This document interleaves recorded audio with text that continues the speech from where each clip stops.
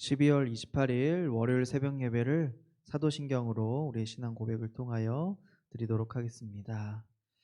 전능하사 천지를 만드신 하나님 아버지를 내가 믿사오며 그 외아들 우리 주 예수 그리스도를 믿사오니 이는 성령으로 잉태하사 동정녀 마리아에게 나시고 본디오 빌라도에게 고난을 받으사 십자가에 못 박혀 죽으시고 장사한 지 사흘 만에 죽은 자 가운데서 다시 살아나시며 하늘에 오르사 전능하신 하나님 우편에 앉아 계시다가 저리로서 산자와 죽은 자를 심판하러 오시리라. 성령을 믿사오며 거룩한 공회와 성도가 서로 교통하는 것과 죄를 사하여 주시는 것과 몸이 다시 사는 것과 영원히 사는 것을 믿사옵나이다. 아멘. 다 함께 찬송가 425장 주님의 뜻을 이루소서 함께 찬양하겠습니다. 주님의 뜻을 이루소서. 고요한 중에 기다리니 진흙과 같은 날 빚으사 주님의 형상 만드소서. 주님의 뜻을 이루소서. 주님 발 앞에 엎드리니 나의 맘속을 살피시사 눈보다 희게 하옵소서. 주님의 뜻을 이루소서. 병들어 몸이 피곤할 때 권능의 손을 내게 펴사 강건케 하여 주옵소서. 주님의 뜻을 이루소서. 온전히 나를 주장하사 주님과 함께 동행함을 만민이 알게 하옵소서. 아멘. 오늘 하나님께서 우리에게 주시는 말씀은 마태복음 7장의 말씀입니다. 마태복음 7장은 신약성경 10쪽에 나와 있는데요. 다 읽지 아니하고 우리 13절과 14절 말씀만 읽도록 하겠습니다. 마태복음 7장 13절 14절입니다. 좁은 문으로 들어가라. 멸망으로 인도하는 문은 크고 그 길이 넓어 그리로 들어가는 자가 많고 생명으로 인도하는 문은 좁고 길이 협착하여 찾는 자가 적음이라. 아멘. 좁은 문으로 들어가기를 힘쓰라 라는 제목으로 하나님의 말씀을 나누고자 합니다. 특별히 오늘 예수님께서 이 제자들에게 좁은 문으로 들어가기를 힘쓰라, 좁은 문으로 들어가라 라고 이렇게 말씀하고 계신데요. 좁은 문이란 무엇이며 또 예수님은 왜 좁은 문으로 들어가기를 힘쓰라 라고 하셨을까요? 좁은 문으로 왜 들어가라 라고 하셨을까요? 오늘 본문에서 예수님은 이 생명으로 인도하는 이 길, 생명으로 인도하는 이 좁은 길에는 찾는 이가 적다고 말씀하십니다. 반면에 멸망으로 인도하는 문은 크고 넓고 그리로 들어가는 자가 많다라고 말씀하십니다. 달리 말하면 이 복음의 진리는 우리가 좁은 문과 같이 우리가 쉽게 그리고 올바로 발견하기가 어렵다는 것을 이 말씀은 하나를 이야기하고 있습니다. 그것을 구체적으로 우리가 복음의 진리를 따라 쫓아 살아가겠다라고 하는 것은 우리가 때로는 이 좁은 문을 걷는 것과 같이 들어가는 것과 같이 힘들다라는 뜻이 되기도 합니다. 특별히 이 연어들 아시죠? 산란기철의 이 연어들은 강물을 거슬러 올라가서 자신이 태어났던 곳 그곳에 이르러서 그 상류의 모래 위에다가 자신의 알을 낳고 죽습니다. 온몸이 쓸리고 온몸이 까진 채로 이 강물을 거꾸로 거슬러 오르는 일은 연어들에게 쉬운 일은 아니죠. 상당히 어려운 일입니다. 그러나 그 연어들이 그 물살을 거꾸로 거슬러 올라 자신의 알을 낳고 이렇게 생을 마감합니다. 다시 생명을 태어나기 위해 그 일들을 하는 것이죠. 마찬가지로 이 거침없이 흐르는 이 어둠의 물결을 거슬러서 이 땅에 우리가 빛과 소금의 역할을 담당해야 할 사람들, 바로 우리들이죠. 연어와 같이 거슬러 올라가는 이 용기와 때로는 상처와 때로는 아픔이 있을지라도 그것들에 대해서 포기하거나 주저앉지 아니하고 끝까지 강을 거슬러 올라가듯이 그 빛과 소금의 역할을 감당하기를 바라는 마음이 오늘 주님께 있었다라고 하는 겁니다. 우리에게는 이러한 용기와 이러한 마음이 필요한 것이죠. 그런데 그런 문제는 이러한 깨달음과 용기를 가진 사람들이 많지 않다는 데 있습니다.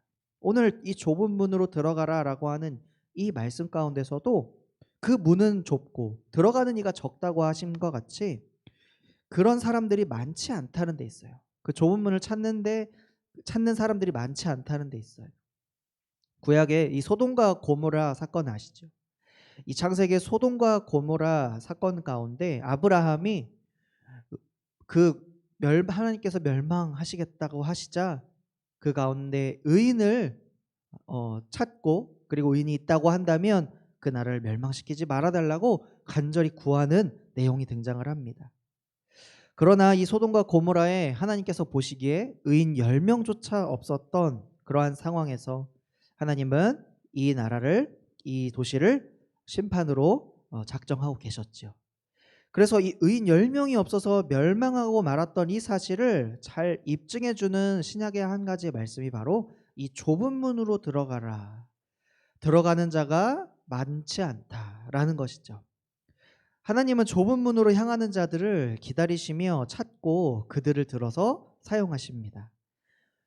위대한 작가 톨스토이 아시죠? 이 톨스토이는 이렇게 말했습니다. 우리는 상대가 내 편이냐 아니냐에 따라 편을 드는 것이 아니라 그가 과연 진리에 있느냐 그렇지 않느냐에 따라 편을 들어야 한다라고 말했습니다. 우리 편은 누구일까요? 우리 편에 서시는 분, 그리고 우리가 편을 서야 할 분, 그분은 바로 예수 그리스도시죠. 진리이신 예수 그리스도십니다. 진리를 향하는 것은 어렵고 좁고 협착하여 그 길로 가는 사람이 많지 않지만 마침내 생명을 얻는 길임을 오늘 말씀은 증거하고 계십니다. 그래서 이 생명 얻는 길이 바로 그 좁은 길이구나라는 것을 우리가 먼저 기억하시기 원합니다. 신약의 사도 바울은 이 성도들 가운데서 성도들이 서로 다투고 싸우는 이 모습 가운데서 소욕에 대해서 이야기한 적이 있습니다. 인간의 욕심, 인간이 바라는 것, 그것이 무엇이냐라고 하는 것이죠. 갈라디아서 5장에는 육체의 소욕은 성령을 거스르고 성령의 소욕은 육체를 거스른다라고 말씀하였습니다. 그러므로 이 생명의 길이 협착해 보이는 이유는 바로 육신의 소욕을 지닌 눈으로 이 길을 바라보기 때문입니다. 진리를 깨달은 자, 주님의 말씀을 깨달은 자는 이 길을 충만한 자유와 기쁨 가운데 영속적으로 끝까지 살아갈 수가 있는 것인데요. 이 길을 잘 마치기 위해서 필요한 것이 한 가지가 있다면 바로 믿음입니다. 믿음. 세상 사람들의 눈에는 이 좁은 길을 가는 것, 이것이 바로 어리석고 무모하고 힘들게 보인다라고 생각합니다. 그래서 나는 그 길을 가지 않을 거다라고 하면서 넓고 크고 좋은 길을 선택합니다.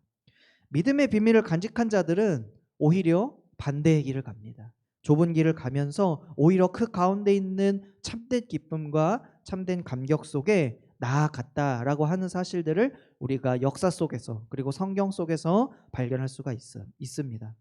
출애굽한 이스라엘 백성들이 하나님께 순종하는 믿음, 구약의 출애굽한 백성들이 하나님의 말씀을 따를 때와 그렇지 않을 때에 분명한 차이를 보였습니다. 그들이 이 순종하는 믿음을 망각하고 상실하였을 때 그 광야에서 어찌나 막막하고 어찌나 두려웠고 어찌나 허기졌고 어찌나 공포가 있었는지 믿음의 눈을 잃어버리니까 그들이 가야 할 길과 그 마음의 중심마저 놓쳐버리고 말았던 것이죠. 바라기는 우리 모두가 이 말씀의 길, 진리의 길을 향하여 갈 때에 좁고 힘들고 어렵습니다. 그러나 끝까지 갈 수 있는 이유는 주님이 주신 이 믿음을 통하여 그 눈을 가지고 걷기를 축복하며 그 걸음에 하나님께서 함께해 주실 것이라는 믿음과 용기를 가지시기를 축복합니다. 그 길은 믿음의 눈으로 볼 때에야 바로 비로소 축복의 길이다라고 고백하게 됩니다. 그래서 우리가 예수님의 말씀처럼, 신약의 말씀처럼 마치 값진 보배를 만나 자기의 가진 모든 것을 팔아서 그것을 기꺼이 사려는 자, 즐거이 사려는 자, 그 사람처럼 진리를 발견하기를 기뻐하고 진리를 얻기를 축복합니다. 본문에는 좁은 문으로 들어간 자와 넓은 문으로 들어간 자가 이렇게 대조적인 결말을 나타내고 있는데, 그 결말이란 바로 생명이냐 멸망이냐라는 것입니다. 우리가 인생을 한 운동 종목에 비유하자면 마라톤이죠. 마라톤으로 본다면 이 승리의 면류관, 마침내 한 사람에게 주어지는 이 승리의 면류관은 바로 그 승리의 종착 지점에 가장 먼저 도착한 사람, 그 사람에게 돌아갑니다. 마라토너가 만약에 도중에 쉬고 싶다고, 포기하고 싶다고 잠시 주저앉아 있다면 우승 테이프를 끊기를 기대하는 마음은 전혀 찾아볼 수가 없겠죠. 이런 점에서 내가 선한 싸움을 싸우고 나의 달려갈 길을 마치고 믿음을 지켰으니 이제 후로는 나를 위하여 의의 면류관이 예비되었다라고 했던 이 바울의 고백과 같이 내가 싸우고 달려갈 길을 마치고 믿음을 지켰으니, 그리고 주님께서 주신 면류관이 예비되었다라고 하는 사실을 이 고백을 통하여 또 그의 삶을 통하여 우리가 발견할 수가 있는 것이죠. 생명의 길을 간다는 것은 만만하지가 않습니다. 포기하고 싶을 때도 많습니다.